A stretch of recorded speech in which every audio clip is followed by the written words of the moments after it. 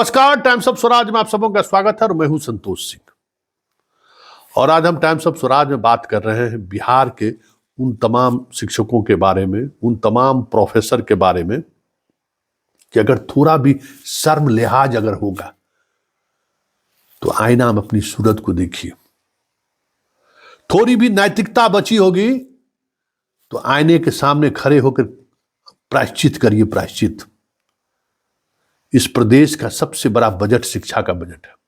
आपको स्वायत्तता चाहिए ना, आपको ड्यूटी समय का आवर नहीं बढ़ना चाहिए, आपको गर्मी का छुट्टी मिलना चाहिए, आपको जाड़ा का छुट्टी मिलना चाहिए, सब कुछ आपको चाहिए, लेकिन पढ़ाई नहीं चाहिए।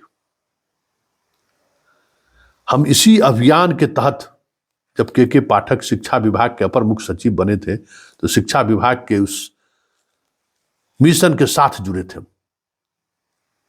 मेरा शिक्षा से विभाग कभी मतलब बीट होता है ना, कभी मेरा उस तरीके का बीट नहीं रहा, लेकिन अक्सर जब इसमें इन्वेस्टिगेटिंग स्टडी का मसला आया, भ्रष्टाचार के खिलाफ आवाज उठाने की बात हुई, तो हम पूरी मजबूती के साथ हमेशा खड़ा रहे। आईना देखिए, आईना में अपनी सूरत देखिए जनाब, अपनी सूरत को देखिए। 322 बच्चे जो बीपीएससी कंप्लीट किए हैं, उन बच्चों में आपके स्कूल और आपके कॉलेज से पढ़ा हुआ कितना बच्चा है, जरा देखिए। अगर शर्म हया होगा तो उसी आईने से सर टकरा लीजिए। देखिए, इस प्रदेश का मजदूर, कहते हैं ना कि मजदूर की कमाई के पैसा से यहां का शिक्षा का बजट 50 से 55,000 करोड़ है। लाखों में सैलरी आप लोग लेते हैं। कोई ड्यूटी की बात कर देता है तो आपको बुरा लग जाता है। आपका बच्चा ठीक कहती थी हमारे बाबू, लखीसराय में जो आंदोलन के लिए लड़की सड़क पर उतरी थी, वो बहुत सही बोली थी कि सिर्फ आपको सरकारी नौकरी चाहिए। सरकारी स्कूल और कॉलेज में बिहार के शिक्षक प्रोफेसर अपने का बेटा पढ़े, ये कभी नहीं चाहता है। ये कितना बड़ा दुश्मन है समाज का, ये समझ लीजिए। क्योंकि अपने बच्चों को पढ़ाने, इसको पता है कि हम काम चोरी करते हैं, इसको पता है कि हम सिर्फ नेतागिरी करते हैं। कितना दुखद स्थिति है। मतलब आईना के सामने आईना भी शर्मा जाएगा आप लोगों का चेहरा देख के, समझ गए? जिसको मास्टरवा कहते थे, बड़ा दर्द होता था कि हमको मास्टरवा कह रहे हैं। अरे आपको मास्टरवा भी आपके लिए जो है ना बहुत सम्मानित वाला पद है। उससे भी कुछ अपमानित वाला कोई शब्द हो तो आप लोगों के प्रति वो शब्द का इस्तेमाल होना चाहिए। सिर्फ सरकारी नौकरी चाहिए, लेकिन सरकारी व्यवस्था में सुधार हो, इसके लिए आप तैयार नहीं है। सरकार के सिर्फ वेतन चाहिए। कहां से आपको वेतन मिलता है? कौन वेतन देता है? कभी सोचे हैं? यही गरीब ठेला रिक्शा चलाने वाले के पैसा से आपको वेतन मिलता है। वेतन चाहिए लाख, 1.5 लाख, 2 लाख, 2.5 लाख, लेकिन हम बच्चों को नहीं पढ़ाना है। सारा ठिकरा सरकार पर फेंक देना है। अरे सरकार ही नहीं चाहती है पढ़ाई। अब जरा देखिए तो सही, ये 322 बच्चे टॉपर से लेके, आप देखिए कि उस 322 बच्चे में आपके द्वारा पढ़ाए हुए कितने बच्चे हैं। तब आपको लगेगा कि आपके साथ समाज खड़ा क्यों नहीं है।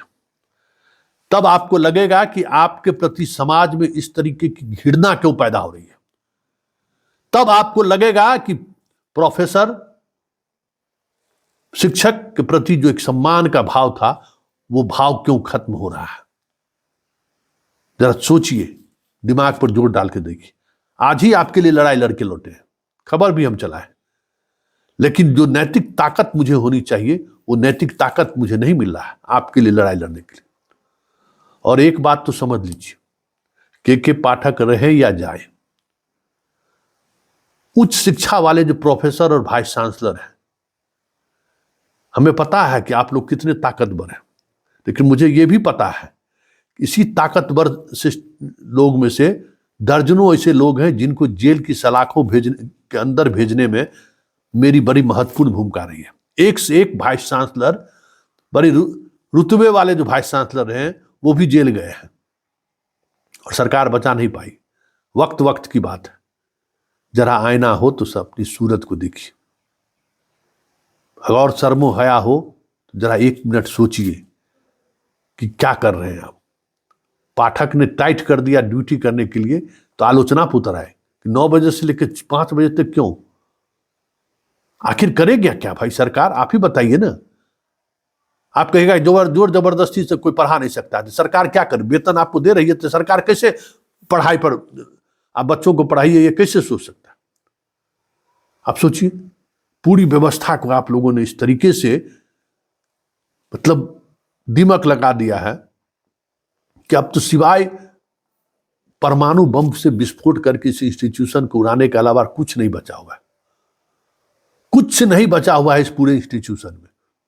हायर एजुकेशन को तो सरकार का अगर बस चले तो बंद कर दी, समझ गए। इस विश्वविद्यालय में जितने नकारों की फौज, बुरा लग रहा होगा प्रोफेसर साहब, लेकिन अगर बुरा लगेगा ना तो जरा उस आईना झांकिए कि 322 बच्चों में आपके द्वारा पढ़ाया हुआ कितना बच्चा। तब आत्ममंथन करिएगा कि आपके प्रति समाज किस तरीके से, किस नजरिए से आपको देखे। बस इतना ही कहना है। आईटी में तो आप खत्म हो गए, इंजीनियरिंग तो आपका खत्म हो गया, मेडिकल खत्म हो गया। कभी गौर किए हैं इस बिहार की पहचान देश और दुनिया में क्या हुआ करता था? कभी गौर किए हैं? कभी गौर नहीं की। प्रोफेसर बनना होगा तो बिहार, मास्टर बनना होगा तो बिहार आ जाएगा। वो देखें कहाँ, कनाडा छोड़ के आ गई है यहां पढ़ाने के लिए, वो पढ़ाने आई है। अरे मुझसे बेहतर कौन जानता है। एक जो है सो विप्रो छोड़ के आई है, और उसका बाप रो रो के हमको फोन कर रहा था कि सर जरा पोस्टिंग घर के बगल में करा दीजिए, बेटी है। सबको पता है इस हमाम में किस स्तर के लोग नंगे हैं, मुझसे बेहतर कौन जानता है। हम तो सबको दिन भर वही सुनते रहते हैं। कोई छोड़ के पढ़ाने के लिए बिहार नहीं आया है। बिहार में जो नौकरी में जो ऐस है ना, आराम ऐस है, वो करने आया है।